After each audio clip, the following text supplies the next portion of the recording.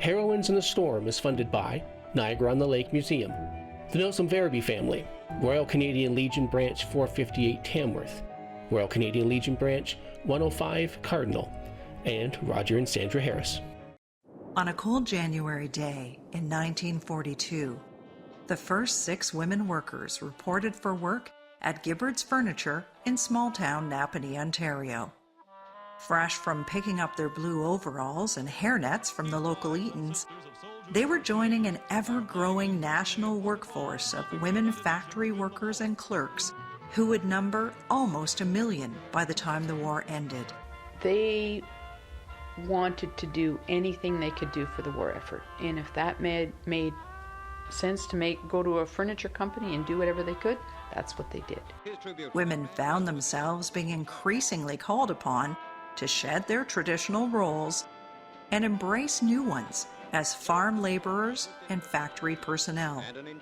Just east of Toronto, the creation of a massive munitions plant ultimately led to the formation of a new town. 2 teams are working out, the Fort Wayne Daisies and the race. In the U.S., a scheme was being hatched to create a professional baseball league with young women as its stars. Well, in Canada, even before the war ended, the country saw its first waves of war brides arrive in Halifax. And in Canada, it came to kind of represent this class of special immigrants, right? These British women, these European women, and they're coming over and they've chosen our soldiers and they're going to make Canada great. All this happened during the war at home, a time of hardship and reward for women who found themselves and their contributions valued, even if it was for a brief time.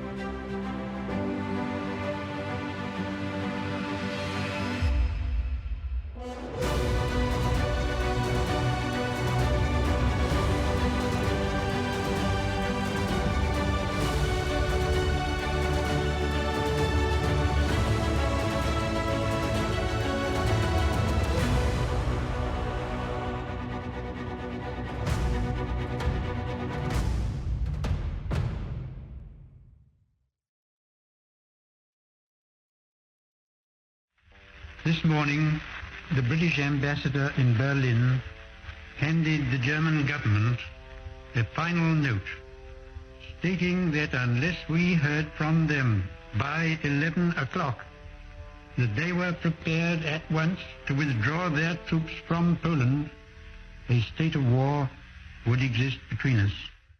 When World War II began, Britain looked down on Canada's industry as nothing more than a collection of garages. One of these small industries was Gibbard's, a furniture factory in Napanee, Ontario that predated Confederation. Over the years, the small company grew in both size and reputation, even as it was passed on from one generation of Gibbard to the next. It even survived the labor and material shortages of the Great War to roar back in the 1920s. When the Great Depression appeared to have the once proud company on the cusp of closure, an unlikely savior arrived. 1930, the Depression, everything affected Gibbard's tremendously. By 1939, 1940, the company was, not doing so great. And Jack McPherson, who had been a sales manager for Gibbard's, came to Gibbard's in 1915 and stayed with the company until 1933. He came back in 1940 and bought the company and restructured it. By 1940, the Honorable C.D. Howe oversaw the newly formed Ministry of Munitions and Supply. He was charged with transforming Canada's industrial sector and improving productivity at a time of ever-increasing material and labor shortages. As the war progressed, the ministry became one of the largest businesses in the world, with some 28 crown corporations producing everything from rifles to synthetic rubber. Howe also brought in General Motors of Canada Vice President Harry J. Carmichael to help head up the ministry. Under Carmichael's leadership, the Bits and Pieces scheme was introduced. It allowed scores of small, previously unproductive factories to tool up for wartime production. One of the beneficiaries of the new scheme was Gibberts. The men were off to war, and furniture was still being made. And in fact, this new company basically was just in its startup mode. And war breaks out and they lose quite a bit of their workforce. Jack was a very successful man. He had vision. He had a great vision for Gibberts and wanted to keep the company alive. And they were able to obtain war contracts for making shell boxes. Yeah, I was at the head of the line. There was a girl that made the ends of the boxes. Mm-hmm. Then it was given to us, and we put out another girl and I put the sides on. Oh, okay. Boy, I'm telling you, you spikes like that and pow, one hand, wow. And then you flip it over and you do the other side. Then it went on to put the bottom on. It just one right after the other. Right after I remember those little cleats, not nails. So those little cleats they used to. Boy, you'd hit your fingers on those. Sheet metal riveting makes craftsmen of girls who once envied their brothers' toolboxes. Women learn to turn the domestic needle and thread into tools of war. Small and large factories across Canada benefited from Carmichael's approach to subcontracting. In Quebec, a soda fountain company used its facilities to create parts for tanks. In Weston, a neighborhood of Toronto, the Canadian Cycle and Motor Company, which had made bicycles and hockey skates before the war, shifted production to gun parts, tripods for Bren guns, and cradles for anti-tank guns. And then there was the Defence Industries Limited plant, which sprang up seemingly overnight on a tract of vacant land near Pickering, just outside of Toronto. On Valentine's Day 1940, survey crews arrived to begin the process of turning 3,000 acres of land on the shore of Lake Ontario into a secure munitions assembly compound. By the time construction was finished, the complex had 30 miles of road, 30 miles of rail, and at its height employed 9,000 people, most of them women. And all my friends were joining services, and I really wasn't inclined to put on a uniform for some reason. So this was my chance to help out in the war effort. Louise Johnson was born Louise Morris to homesteader parents in rural Saskatchewan. We lived in Sturgeon River, Saskatchewan, and I grew up there for the first 7 years of my life. I grew up in Sturgeon River. When I was 7, I had to go to school, but the school was 4.5 miles away. So I went to live with my grandma Campbell, who lived in near Shelbrook, and the school was only 2.5 miles away, which was a much shorter walk for a little guy. The prairie provinces were hit particularly hard during the Great Depression, with staggering droughts of dust storms destroying wheat crops and wiping out farms and ranches at a time when other employment was almost impossible to find. Louise Johnson was lucky. She found work in Saskatoon. I made $1 a week, looking after children and feeding them and so forth. Some of the work didn't last 6 months, and neighbors would hear about me and I would get another job. And then I found a job at Saskatoon City Hospital, which was a steady job, and and lived in a rooming house nearby. During the Great War, women were valued members of the workforce, only to be tossed aside when soldiers returned home to take back their old jobs. It wasn't until the early 20s when women made back many of their earlier social gains. In the workforce, women dominated fields of physiotherapy and sociology, but many found themselves in secretarial work. Canadian women made greater strides in higher education. Roughly a quarter of undergrads were women, while a third of graduate students were women, a marked increase in women's presence at campus before the Great War.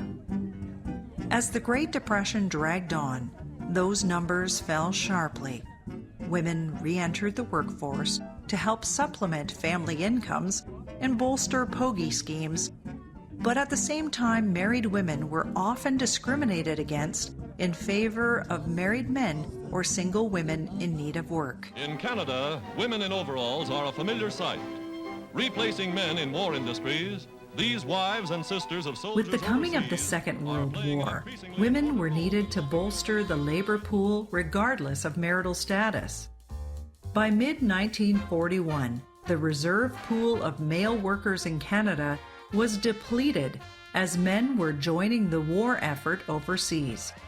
Studies by the Canadian government noted a large reserve of women workers would be needed to be mobilized to ensure the success of the war effort. It was calculated that over 560,000 women would be available to fill the labor reserve in Canada, and that didn't include women in rural Canada or those considered to be homemakers. It also left out 85% of urban homemakers on the notion that pulling them from the home to do wartime work could lead to disastrous disruptions to family life. Prior to the war, it was traditional for the woman to stay at home. But with the shortage of men at war, women wanted to step up to the plate to do their bit. And often they had a boyfriend or a brother or an uncle or someone close to them was off fighting. tossing red-hot rivets with all the skill of veterans. These girls are helping Canada turn out 10,000-ton victory ships. By the fall of 1942, a special women's division of the National Selective Service was created to register women aged 20 to 24. Registration was compulsory regardless of marital status. As much as possible, employment permits were restricted to single women and women without children. The recruitment efforts paid off, and by 1944, more than 1 million were working full-time in paid, wartime-related industries. This doesn't include the 800,000 women who worked on farms with or without pay, or the many more women who worked part-time. Women worked in many industries. By the fall of 1943, 439,000 women were in the service industry. 373,000 were in manufacturing.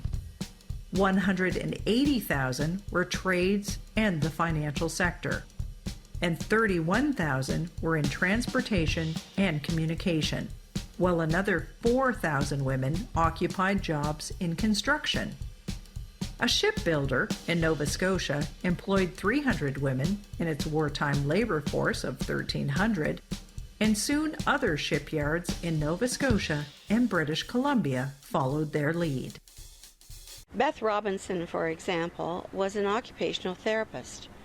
Number one, I didn't know we had occupational therapists during the war.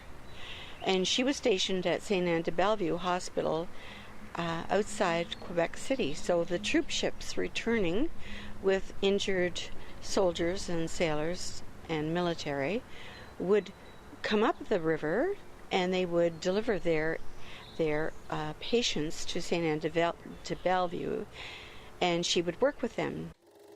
Wartime factories like Defense Industries Limited actively recruited single women and married women without children to fill jobs at its new location east of Toronto.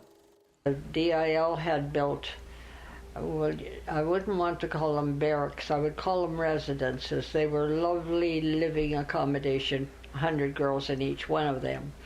And my name was called, and I was to go to residence 721 to room, and I've forgotten the room number. So it was all slick. And the first thing they did, when you get settled, go over to the cafeteria, which was just across the street, and get yourself some food. So we were well treated. Louise Johnson and thousands of women from the prairies as well as the Maritimes flocked to the new factory, drawn by promises of high pay and benefits, with only subtle hints about the potential dangers of the work waiting for them. So I wrote to my father and said, this opportunity presents itself, what do you say? Should I go or not? And that was the only handwritten letter I ever got from my father. Came back immediately to say, take the opportunity, what's to lose, you know, maybe you should do this. Like so many of the young women who signed up for work, Johnson had limited travel experience, and the cross-country train ride that awaited her and her fellow munitions plant recruits was the start of a great adventure. They were coaches, and you didn't lie down. I mean, you sat in a regular seat. I believe they brought us a pillow and a light blanket. And there was a place where you could buy muffins and something to drink, but there really wasn't a food car. I mean, that was your chair, and you were there till you got there. At Union Station, there were ladies from the plant there to meet us, signs that said they knew who was coming. They had a list of everybody. They had it all figured out as to where we were going to live. In Napanee, the first women workers for Gibberts visited the town's Eaton store for their blue coveralls and hairnets. They were lined up in a row, and Mr. Jack McPherson came out of his office smoking his pipe, and he walked up and down in front of them. He says, well, girls, we really need you here. And he walked up and down with his hand behind his back and his pipe, and he said, we really, really need you here. But I want you to know, when the boys come back from the war, you're back in the kitchen. Soon the original 6 were joined by more women at Gibberts. From 1942 to 1946, 232 women worked at the company, all making well below their male co-workers due to the wage disparity mandated by the Canadian government. Even a brief strike by some of the women plant workers in 1944 failed to garner a raise in wages. The management at that time said to them, you know, we'll be happy to accept your resignation, but we're happy to take you back right now. And the War Office also said at that time, we want you to know that we're stepping things up. You're going to be getting more contracts, and we need your help. And so they all went back to work. Wage disparities weren't unique to Gibberts. War industries paid good wages, this much is true. While women still earned only 2/3 of what men did, they could still earn more in the war industry than other jobs. From 1939 to 1949, women's industrial wages increased more rapidly than men's wages. We used to have to pay Mom, she just charged us a little bit of rent to make us responsible. Yes. And when we stayed at home.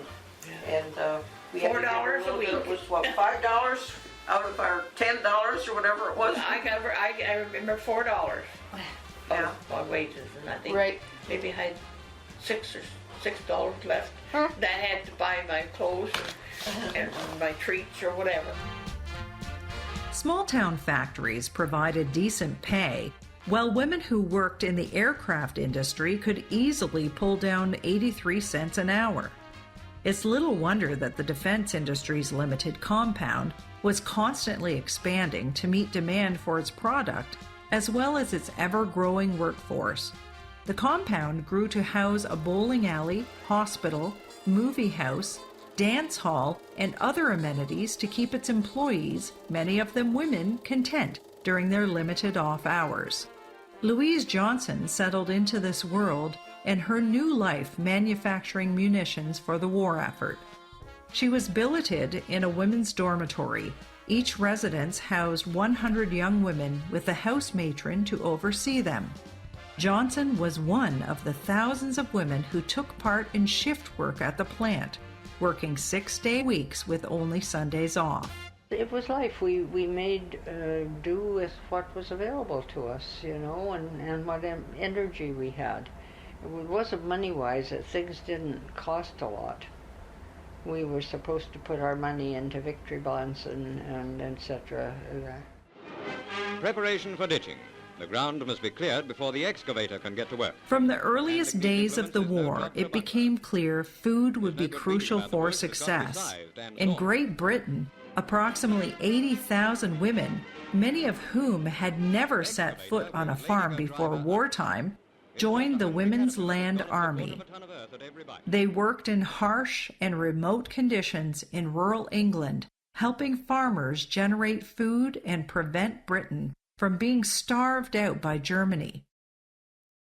Meanwhile, in Canada, the Federal Department of Agriculture and the Ontario Farm Service Force helped bring back farmerette camps, a popular work scheme from the Great War. So by the time we get to World War II, there's a shortage of labor to help get crops planted and harvested too. These young women, most of them teenage girls, had never been away from home before. This was their first time living with strangers, living and working with strangers, but they knew that it was something that they could do to help the war effort. Ontario was the first province to take part in the Farmerette program in 1941. British Columbia followed 2 years later.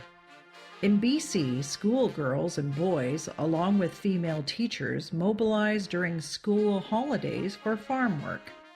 In Ontario, the Farm Service Force was created with 3 divisions: the Farmerette Brigade for female students 16 and older, along with their female teachers, the Women's Land Brigade for older women with no previous farm experience, and a Farm Girls Brigade for women under 26 who could work full-time on a farm as necessary. Food, housing, and a small wage were provided to young women who spent summers planting and harvesting field crops and tending livestock. Temporary living accommodation was set up in high school gymnasiums or other available areas, and each camp had a camp mother and a cook. Each morning, area farmers would arrive to pick up the girls and take them to their farms to work. Women had to step up to fill the gaps for the soldiers that were off at the war front, and there was no one else to do it. So they filled in. A lot of them had never been on a farm before. Some of them were city girls. They did what was necessary to help bring the crops in. Volunteerism and unpaid work accounted for the largest contribution made by women during the war. Domestic work was assigned new value, and Canada saw a rise in communal kitchens and communal laundries to ease the burden of women working in essential industries. To increase Canada's food production and ease the strain on the nation's transportation infrastructure that was needed for moving wartime goods and troops, the Victory Garden made a comeback. First introduced during the Great War, the Victory Garden was transformed into relief gardens, giving the unemployed a sense of purpose while mitigating food shortages. By 1943, 50% of public land in Toronto had been tilled for Victory Gardens, along with countless front lawn plots by homeowners. And the Victory Gardens were very important because the government laid out what plans that they could use, what were the most important vegetables and easiest to grow, root crops, potatoes, beans, carrots, things like that. And so it was satisfying for them because it was within their realm. It was not a tough stretch to go out there in a place that was very foreign to them, in a factory perhaps. It was easier for them to do such a thing and make a large contribution. As women were told to dig in, they were also told to dig out the scrap and save metals, rags, paper, bones, rubber, glass, and other materials. Volunteer drivers collected materials and handed out pamphlets outlining collection and recycling needs. Women were also being called on increasingly as preppers of food, clothes makers, and managers of family budgets. Many women were also, for the first time, to save scraps and oils for the ammunition industry and pennies to buy war stamps. National pitches, Williams swings, there's a high drive. In 1941, baseball was having a great year. Ted Williams batted .406, Joe DiMaggio hit safely in 56 consecutive games, and 41-year-old Lefty Grove got his 300th career win. Only Brooklyn Dodgers fans were left heartbroken again. Mickey Owen would go down in history when he mishandled a pitch that cost the Dodgers the World Series, crushing the entire borough in the process. Lost in all the action of 1941, the Major League Baseball's first two players reported for the draft. Hugh Mulcahy left the pitching mound for the Philadelphia Phillies, while future Hall of Famer Hank Greenberg of the Detroit Tigers gave up his $55,000 annual salary for $21 per month Army pay when he reported to Fort Cluster, Michigan. If there's any last message to be given to the public, he told the Sporting News, I'm going to be a good soldier. Mr. Vice President, Mr. Speaker, members of the Senate, of the House of Representatives, yesterday, December 7th, 1941, a date which will live in infamy. The United States of America was suddenly and deliberately attacked by naval and air forces of the Empire of Japan. On December 7th, 1941, Japan shocked Americans with a devastating attack on the U.S. naval base at Pearl Harbor in Hawaii. Within days, the United States, which had managed to avoid the growing World War, was pulled into the global conflict. Just as quickly, Philip Wrigley, owner of Wrigley Chewing Gum, ordered his company's larger-than-life light-up sign in New York City's Times Square dismantled and the scrap metal donated to the war effort. The sign consumed enough electricity to light up a town of 20,000 people. Wrigley's order wasn't just patriotic, it was good marketing.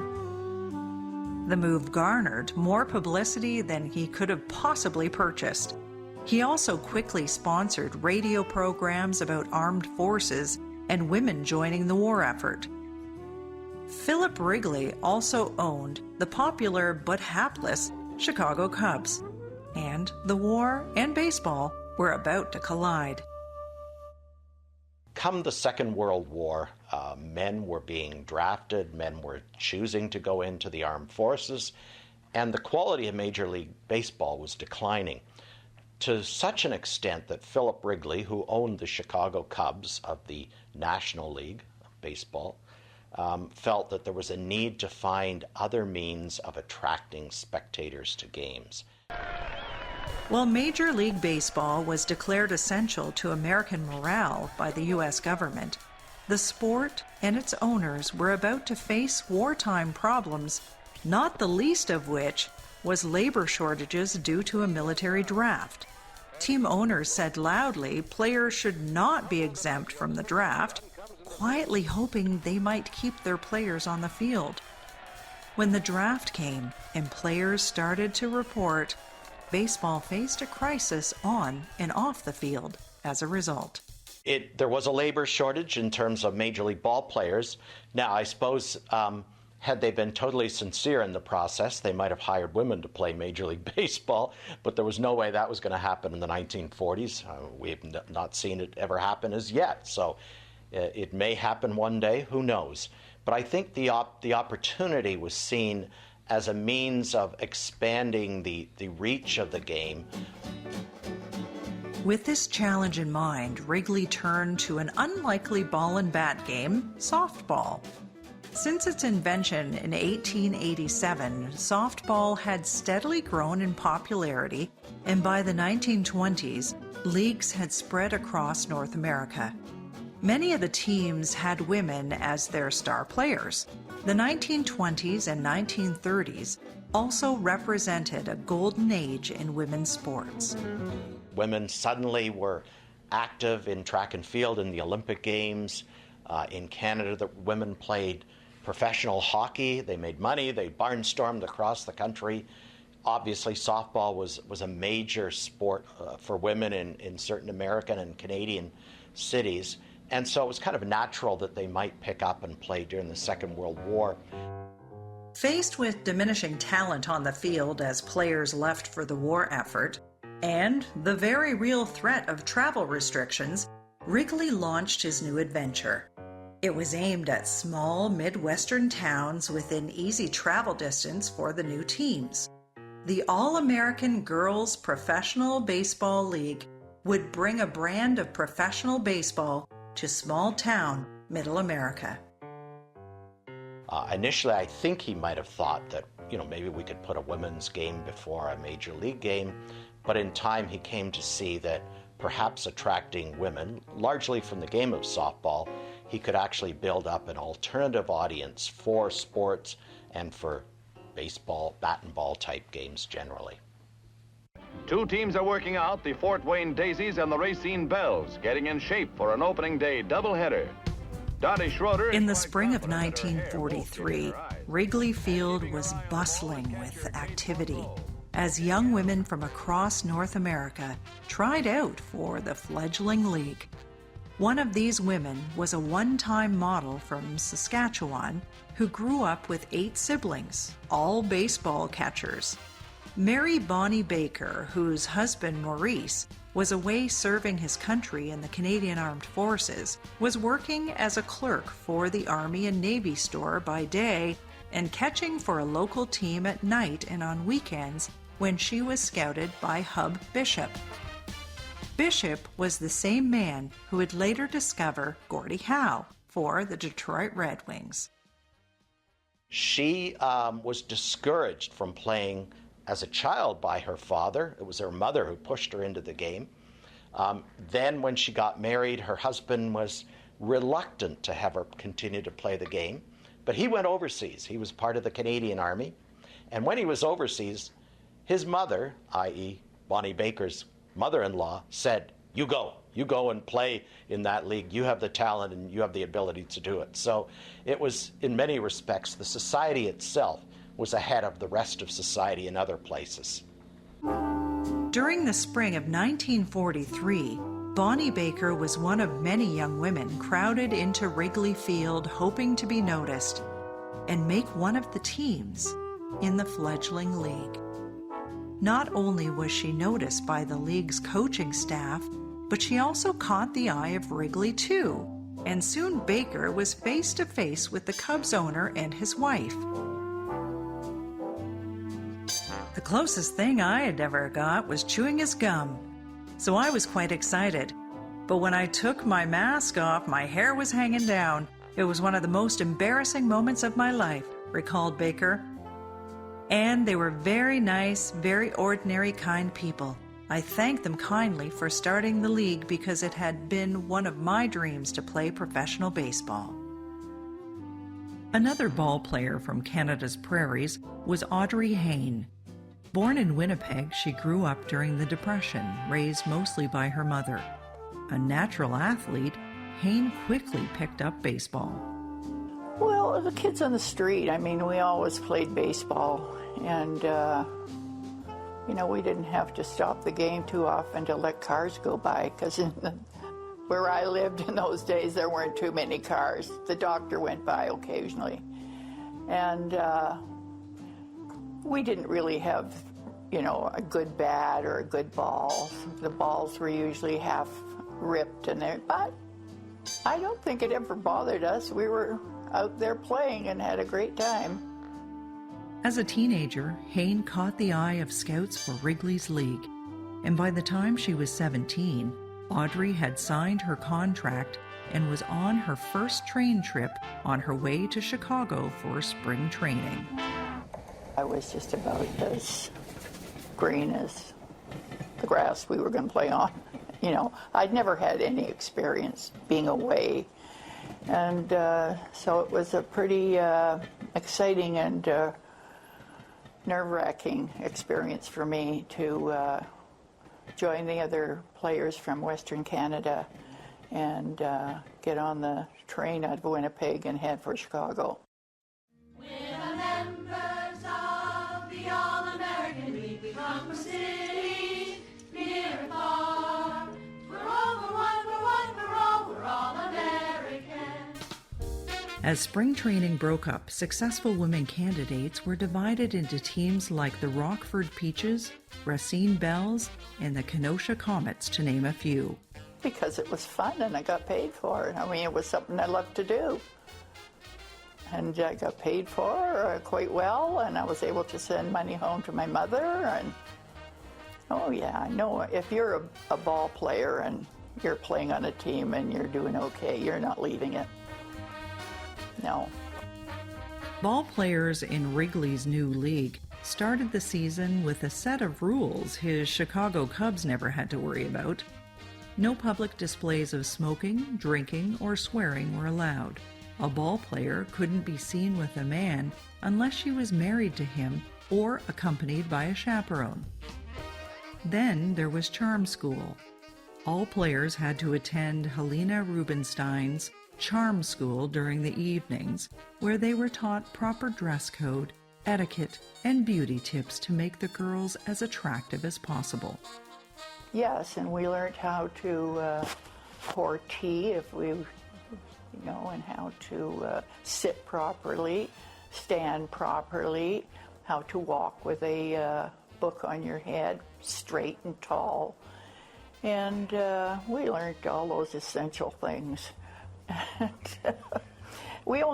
think they only had the charm school for 1 year, as I recall. But we were all so bright, we picked everything up in 1 year. Lipstick was mandatory, and the girls, as they were called, were only allowed to wear skirts or dresses when in public and away from the playing field. Then there was the less than practical uniform. In its earliest forms, a tunic style designed less for baseball practicality and more to make sure the public knew they were watching young women round the base paths. One of the hazards, of course, of wearing skirts is if you're going to play baseball or softball, as the game initially started out as, you're going to slide into base. And when you slide into base, you slide on your legs. And massive strawberries, as they were called, were the fate of women athletes who did this. And they would have these enormous blotches, blood curdling to the surface of their upper legs, which, when treated, looked pretty disgusting, but were the fate of those who wore dresses to play baseball. If it didn't matter what kind of uniform they'd have given us, we would have put it on. We were playing baseball, and we were so thrilled to be there. But there was a lot of, laughing, etc., about the uniforms, especially by fans in the first year. But no, I think most of us like to play in that. Now, I cannot speak for all of them. I mean, I know some didn't. Not all women were lucky enough to play in Wrigley's League. Kathleen Myers, who was born Kathleen Kent, December 1921 in Napanee, Ontario, was a natural athlete who excelled in all school sports but never got the chance to play in the professional baseball loop set up by the chewing gum magnate. The oldest of 7 children born to Joe and Estella Kent, Kathleen was a star on the basketball and volleyball courts for Napanee District Collegiate while excelling at high jump. While she was a stellar basketball player, once scoring 40 of her school team's 48 points during a convincing victory in January 1944, Kathleen was an equally impressive baseball player. Her opportunities to play professional baseball were limited, so she contented herself with semi-organized local leagues and making a few dollars under the table for each game. Kay joined a professional industrial league baseball team, being paid a couple of dollars for every game under the table, but it was rivaling her husband's paycheck from the Air Force. That's how much she was making. Even as Kathleen Myers continued to play in semi-organized leagues close to home, other women were drawn to the opportunity to play professional softball in the All-American Girls Professional Baseball League. At its height during World War II, the league employed 600 women from a large contingent coming from Canada, mostly from the prairie provinces. Even though it was largely a rural society, it had been settled by homesteaders who had married women who in many respects had more education than them. They had come west as school teachers, and so they married farmers whose education was not as pronounced as the women. And as a result, it was a very kind of liberal, open society, and particularly in regards to the roles that women would play. As women stepped up to fill more and more roles left behind by men departing for war, there was a sense of security, knowing they were far removed from a threat of invasion. Then, in 1942, an invasion of another kind took place as the first war brides arrived on Canada's shores. At an eastern Canadian port, a happy cargo arrived. It is made up of some of the wives and kiddies Johnny Canuck had sent home from England. The majority of those war brides came from the United Kingdom. Some 45,000 brides arrived in Canada from the British Isles by the time the war ended. We came through Pier 21 at Halifax, landed on my father's birthday. Daddy never got over the fact that I said, landed safely, happy birthday, Dad. And then we rode for 3 days on this train that every time another train had to go through, we had to go in a siding. And then we finally got to Ottawa, and there is Murray standing there. And I was in tears. And in Canada, it came to kind of represent this class of like special immigrants, right? These British women, these European women, and they're coming over and they've chosen our soldiers and they're going to make Canada great. And some war brides were really uncomfortable with the term because some of them got married in like 1940 and they already had a 4-year-old child with them when they came to Canada. So war bride to them meant like young woman, recently married, and in their minds they were established and had a family, and it was a title that didn't really click with them. And some women also didn't like it because Canadian women would use it against them, as you know, those war brides stole our men. So it's kind of have a weird mix for the community. Some of the women really like it, some of the women don't like it, and the moniker is stuck, right? We're 70, 80 years on and we're still calling them war brides. Many of the war brides entering Canada arrived in Nova Scotia after a long and brutal ocean crossing. But everybody was so sick. There were 11 of us in a cabin. And the swimming pool area was just solid rows of baby nappies, you know. Everything had to be washed by hand, remember. I didn't have a washing machine. I used to wash in a bathtub when I first came over. We had a room, and I had to wash in the bathtub. But we came over, and everybody was sick. It was a very rough crossing. So that would have been very traumatic with small children. And when they're coming across, even after the war, because the Department of National Defense and the Canadian Wives Bureau tried really hard to make it a comfortable experience for the women. They worked with the Canadian Red Cross so that there'd be pillows, blankets, nurseries, nurses to help take care of the children if they got sick. And they created these very elaborate menus to show that Canada was welcoming to them and it was really excited to have them. But for women who'd been on strict rationing for almost 5 years, this sumptuous diet of like bread, butter, chocolate, candy was making them really sick because the women would gorge themselves. If you ever read a War Bride account, there's always a description of what she ate coming on the trip, because after years of very tight rationing, that food was amazing to them, but they'd get seasick, and then they'd get food poisoning depending on what they ate and how much they ate, and then they had young children to take care of. So the intention of making this, a fun journey for them inadvertently made it rougher for some women, actually. For many war brides, their experience fit the popular narrative of love at first sight or being swept off their feet by a dashing Canadian serviceman. And told me how much I meant to him. Could we meet up again? So we met on May the 7th. I was posted the end of July.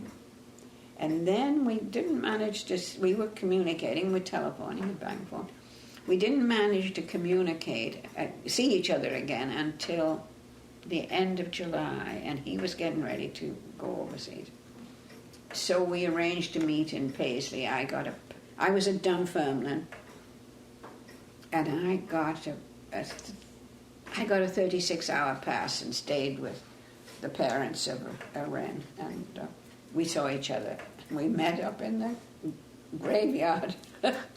Lost in the notions of wartime romance is the harsh reality that these women were victims of war. They were witness to assaults on their homeland as sirens wailed and bombs fell from the sky, lying waste to those towns and cities, jolting them to adulthood. They had nothing left in the UK. Their homes had been bombed, their families had died during the war or during the bombings, and these young men represented a new beginning for them.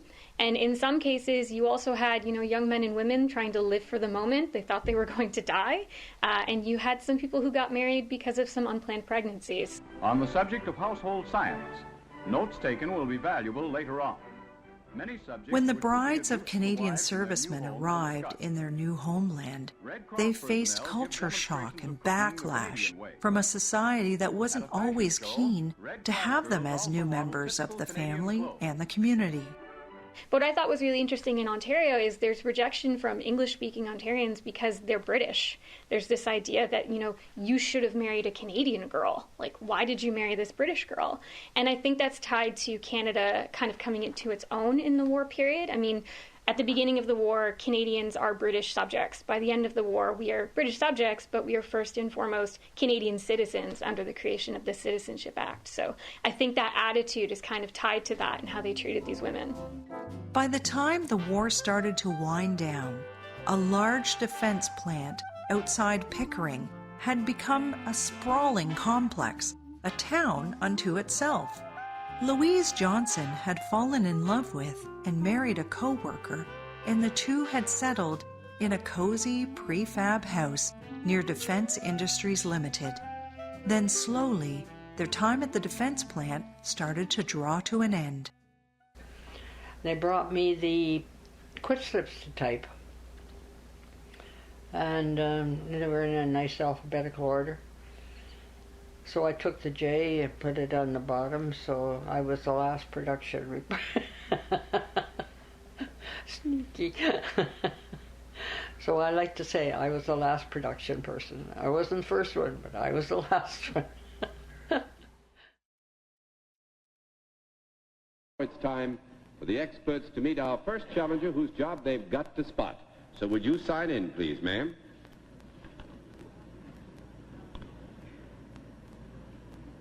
Bonnie Baker.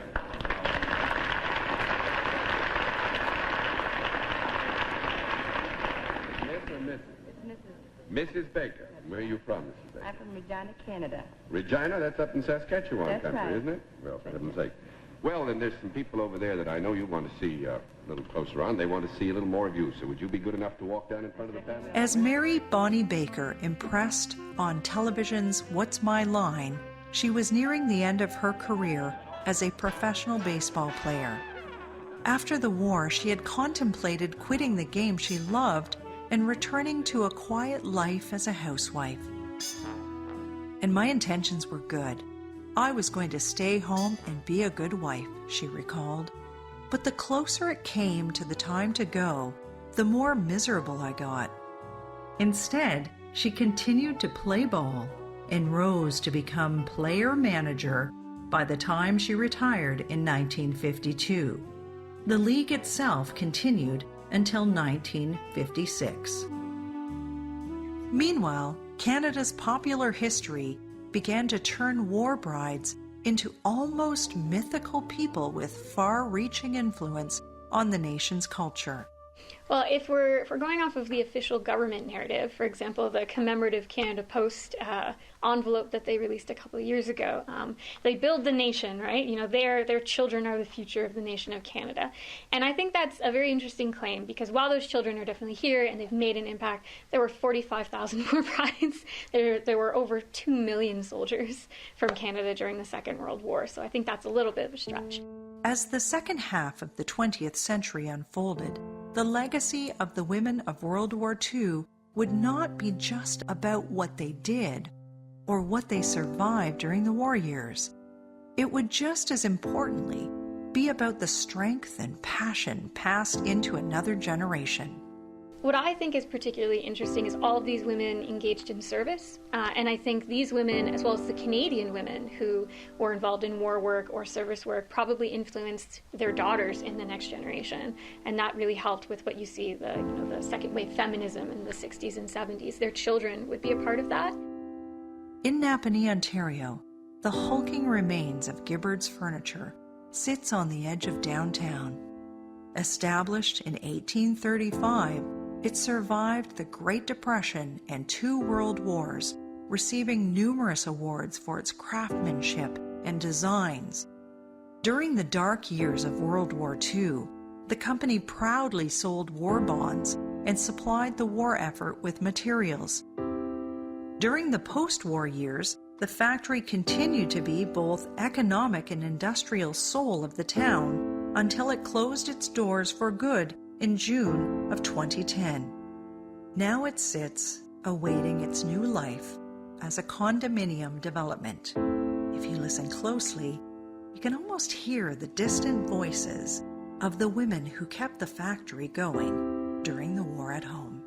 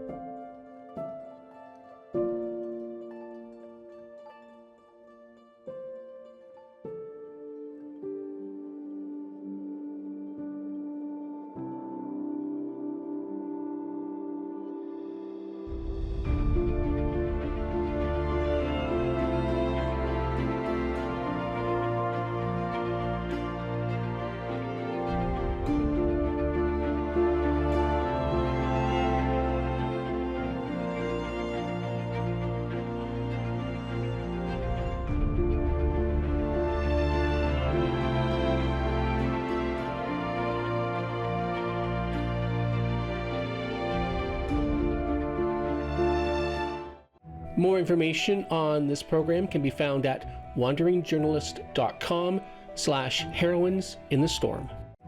Heroines in the Storm is funded by Niagara-on-the-Lake Museum, the Milsom Ferrabee family, Royal Canadian Legion Branch 458 Tamworth, Royal Canadian Legion Branch 105 Cardinal, and Roger and Sandra Harris.